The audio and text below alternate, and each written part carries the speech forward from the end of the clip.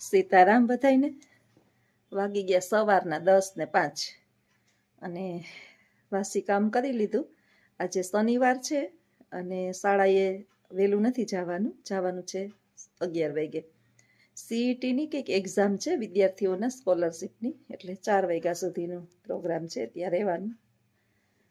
પરીક્ષા બોર્ડની અંદર નિમણૂક છે એટલે ત્યાં જવું પડશે. એટલે વહેલું નથી ગયું તો બેહી ગઈ નવરી થઈને. પછી તૈયાર થાવ શાળા માટે જવા માટે. સંસારની અંદર સુખી કોણ છે? પૈસાવાળો છે એ સુખી છે, ભિખારી સુખી છે, કે આપણે બધા મધ્યમ વર્ગના સુખી છે?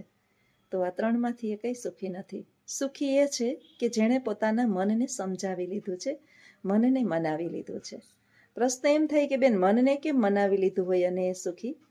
તો જીવનની અંદર જે છે ને, આપણો પરિવાર હોય, આપણું કુટુંબ હોય, આપણા પોતાના સંતાનો સંતતિ હોય, અથવા તો આપણી સાથે જોડાયેલા કોઈ પણ વ્યક્તિઓ હોય. ઘણી વખત આપણને એવું લાગે છે કે આ વ્યક્તિ બગડેલા છે, આ પરિવાર બગડેલો છે, અથવા તો આપણી સાથે જોડાયેલા વ્યક્તિઓનો વ્યવહાર નથી સારો. એટલે આપણી અંદર સમજ હોય ને, માતા પિતા તરીકે દરેક જે છે, માતા પિતા એના સંતાનોને સમજણ આપતા હોય છે. અને બાળક જે છે એ છોકરું નાનું નથી માનતું, ઘણીવાર મોટું થઈને નથી માનતું, અને એની ઈચ્છા પ્રમાણેનું વર્તન કરે છે. આની પહેલાં મેં જે છે ને એક વાત કીધી હતી કે કોઈને સમજાવ્યા સમજે નહીં, એ આપમેળે સમજે. તો ઘણાને એમ થાય કે તો હું ન સમજાવવા. મા બાપ તરીકે દરેકને ચિંતા હોય કે પોતાનું બાળક સારા માર્ગ ઉપર આવે, સારે માર્ગે ચાલે, અથવા તો સમાજની અંદર માતા પિતાનું નામ રોશન કરે. પરંતુ આપણી ઈચ્છા પ્રમાણેનું બધું થાય છે ક્યાં? આપણી ઈચ્છા પ્રમાણે પાંદડું ફરકતું નથી, એમાં ઈશ્વરની મરજી છે. આપણી સાથે જોડાયેલા દરેક વ્યક્તિઓ જે છે ને, એ આપણી સાથે માત્ર ને માત્ર ટૂંક સમય પૂરતા જોડાયેલા છે. એ આત્મા તો બહુ જૂનો છે. એના માટે આપણે ભગવદ્ ગીતા સમજવી પડે. બહુ આત્મા જૂનો છે. આપણું સંતાન આપણી ઘરે જન્મ્યું છે, ચોક્કસ આપણો દીકરો છે, પરંતુ એ સંતાન આપણું છે, આત્મા તો વર્ષો પહેલાનો જૂનો છે. એટલે એ આત્માનો સ્વભાવ, તમે પ્રાણ ને પ્રકૃતિ કોઈ દિવસ બદલાય નહીં, એ બદલી ન શકો. તો પ્રશ્ન પાછો એ થાય કે તો હું બેન એને કંઈ કેવું જ નહીં, સમજાવું જ નહીં. એના માટે પ્રાર્થના કરાય કે હે પ્રભુ, હું ન કંઈ કરી શકું, મારે 2 હાથ છે અને એને મારા સંતાનો અથવા તો મારા આ સાથે જોડાયેલા કોઈ પણ વ્યક્તિઓને સમજાવવાની ક્ષમતા મારામાં ક્યાં છે? પ્રભુ, તું એને સતબુદ્ધિ આપ. આપણી કોઈ પણ પ્રત્યેની, આપણી સારી, આપણા સંતાનો હોય, આપણા પરિવારજનો હોય, અથવા તો કોઈ પણ પીડિત વ્યક્તિઓ હોય અને સમજતું ના હોય અને દુર્માર્ગે ચાલતું હોય, ત્યારે આપણે એને સમજાવવાથી ઉલટાનું એ ઉશ્કેરાશે અને નહીં ગમે અને આપણી સાથે આપણું દિલ તોડશે ને એવા વાક્યો બોલશે. આપણે દુઃખી, આપણે ખુદે દુઃખી થશું અને એ પોતે ઉગ્ર થશે અને સંબંધ સુધરવાને બદલે ઉલટાના બગડશે. મેં સમાજની અંદર લગભગ આવું જોયું બહુ છે. તો આપણે એના માટે પ્રાર્થના કરીએ, અને સાચા દિલથી કરેલી પ્રાર્થના ક્યારેય વ્યર્થ જાતી નથી. ક્યારેક ને ક્યારેક ઈશ્વર આપણી પ્રાર્થના ચોક્કસ સાંભળે અને કદાચ એની અંદર સુધારો આવે. કદાચ આપણી પ્રાર્થના કરવાથી પણ સુધારો ના આવે, કારણ કે એ જન્મ થયો ને બાળકનો, ત્યારે એના પ્રારબ્ધની અંદર અમુક વસ્તુઓ લખાઈ ગઈ હોય કે આના નસીબની અંદર આટલું જ થવાનું છે, આનાથી વિશેષ કાંઈ નહીં. હવે તમે ઊંચા પછડાવ કે નીચા પછડાવ, એમાં કંઈ થઈ શકે નહીં. આના માટેનું હું તમને સરસ મારું ઉદાહરણ આપું કે મારા ઘરની અંદર જે છે ને, અમે 5 ભાંડેલા. બધા વર્ષો પહેલા બધા કોઈ ભણતરની કિંમત નહીં, મહત્વ નહીં, ગરીબાઈ આટો લઈ ગઈ હોય, પછી કોઈ ભણવાનું કોઈ પ્રાધાન્ય નહીં. મા બાપ જે છે એ અંગૂઠા છાપ, ભણવા છોકરું જાય તોય ભલે, ન જાય તોય ભલે. 4 જે છે એ બિલકુલ ન ભણ્યા. નાનકડો ભાઈ જે ગુજરી ગયો એ કંઈક 5-6 ચોપડી ભણીને ધરાર ઉઠી ગયો. અને 3 તો જે છે એ અંગૂઠા છાપ, એને તો એની સહી કરતાય નથી આવડતી. એટલે એક હું ભણી. એટલે એક બેન મને પૂછતા હતા કે બેન, તમારું એજ્યુકેશન બહુ વધારે લાગે છે, એટલે તમારી અંદર નોલેજ વધારે છે. ભણી તો ભણી, પણ કેટલું ભણી? જો કિસ્મતની, પ્રારબ્ધની, આપણું નસીબ, જન્મ ગમે ત્યાં તમે ઝૂંપડીમાં જન્મો, પણ તમારું નસીબ લખાઈ ગયું હોય. એ પ્રારબ્ધની અંદર મારું શિક્ષણ હતું. એ હું માસ્ટર કરેલી છું, બીએડ કરેલી છું, પછી પાછું માસ્ટરે કરેલી છું, એટલે બહુ ભણેલી છું. અને છેલ્લા 20 વર્ષથી તો હું નોકરી કરું છું. હવે આપણે વિચારીએ કે આવા ખાનદાનની અંદર જેને નથી રહેવા માટે મકાન નહોતું, પહેલાં ઘર બાર કંઈ એટલે કંઈ નહીં, ખાવા પીવાનું એના ફાફા હોય, અને આનું સંતાન જે છે અહીં સુધી પહોંચી જતું હોય, તો વિચારો કે આ પ્રારબ્ધ નહીં તો બીજું છે શું? અમારે રેકડીવાળા છે ને લાઉડ સ્પીકર રાખી અને નીકળી પડ્યા છો, સંભળાય કઈક હવારમાં આવું બધું બહુ સંભળાય. વાળની ઘૂંચું લેવાની હોય તો આપો, એના વાળની ઘૂંચુંના બદલામાં વાસણ આપે, પછી કંઈક ને કંઈક આપે એને. અને આ શેરીમાંથી નીકળે ને એટલે ચાલુ ને ચાલુ રહીએ. આપણે હું ઓલું સ્પીકર ફિટ નથી કરતી એટલે એનો અવાજ જે છે એ ભેગો જોડાઈ જાય. હવે રહી વાત મારી સાથે જોડાયેલા મારા પતિની, સાસુ મારા જે છે ને, બારણું બંધ કરી દો એટલે થોડોક ઓછો અવાજ સંભળાય.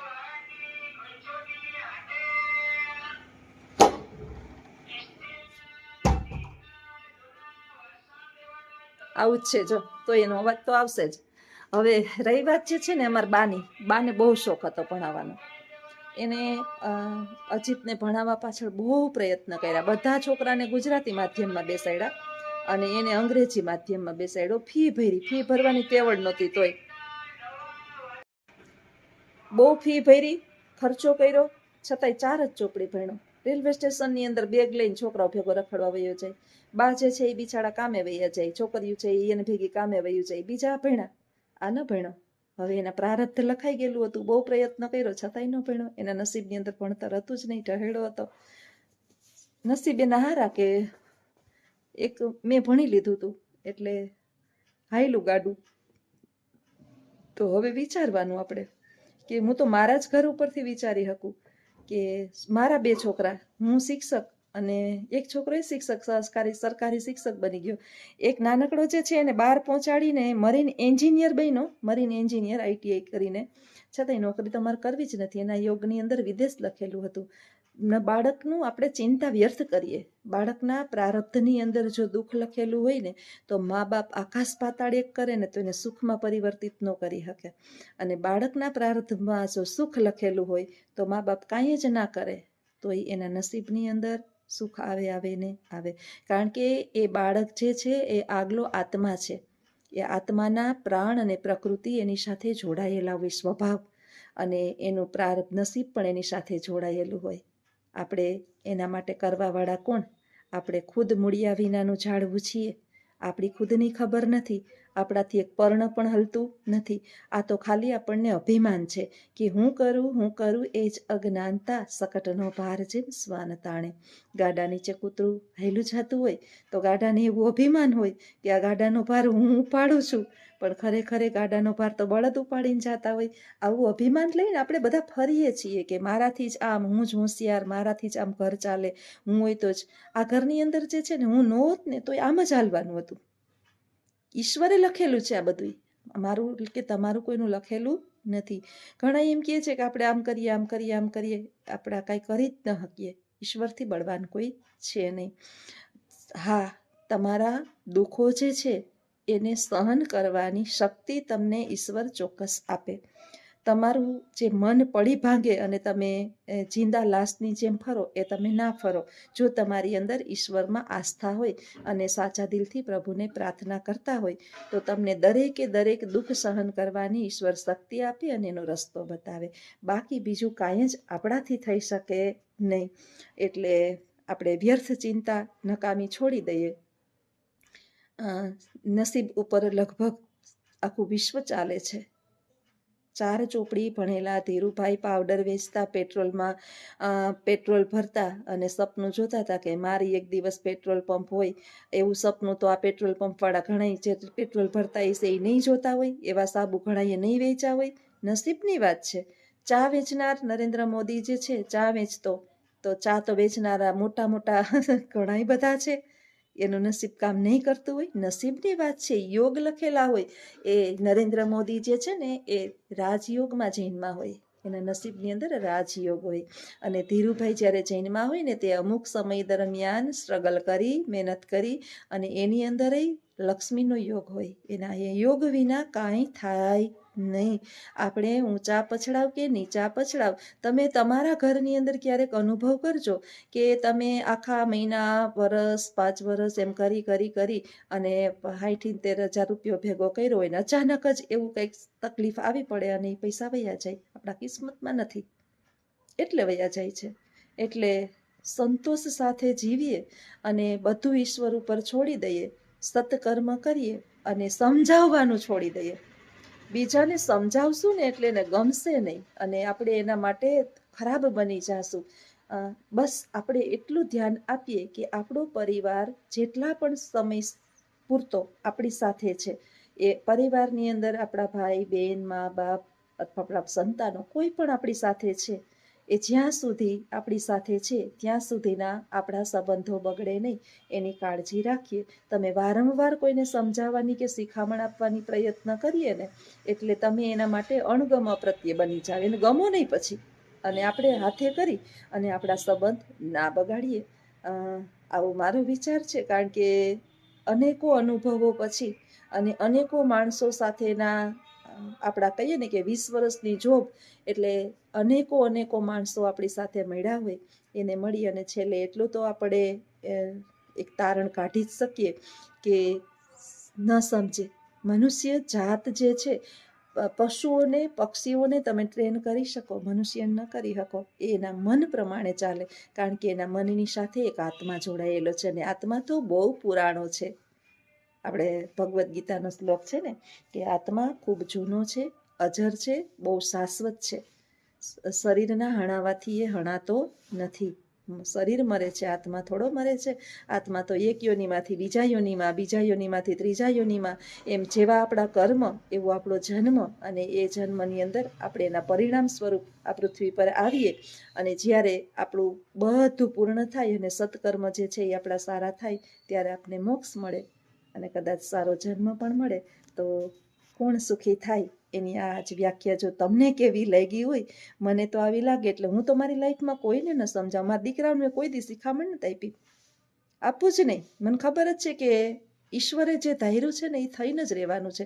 હું શિખામણ આપું અને એ લીએ નાના હોય ને બાળક ત્યાં સુધી માને મા બાપનું, 10 વર્ષના, 11 વર્ષના, 12 વર્ષના, પછી તમે એના મિત્ર મંડળ હોય, બહારનો સમાજ હોય, એનું માનશે, એના દેખાદેખી કરશે, પછી એના જેવા થવા પ્રયત્ન કરશે. તમે કેટલી કલાક તમે એને હંગરી તો નથી રખાતા સંતાનોને ઘરની અંદર, બહારની દુનિયામાં તો એ નીકળવાના જ છે.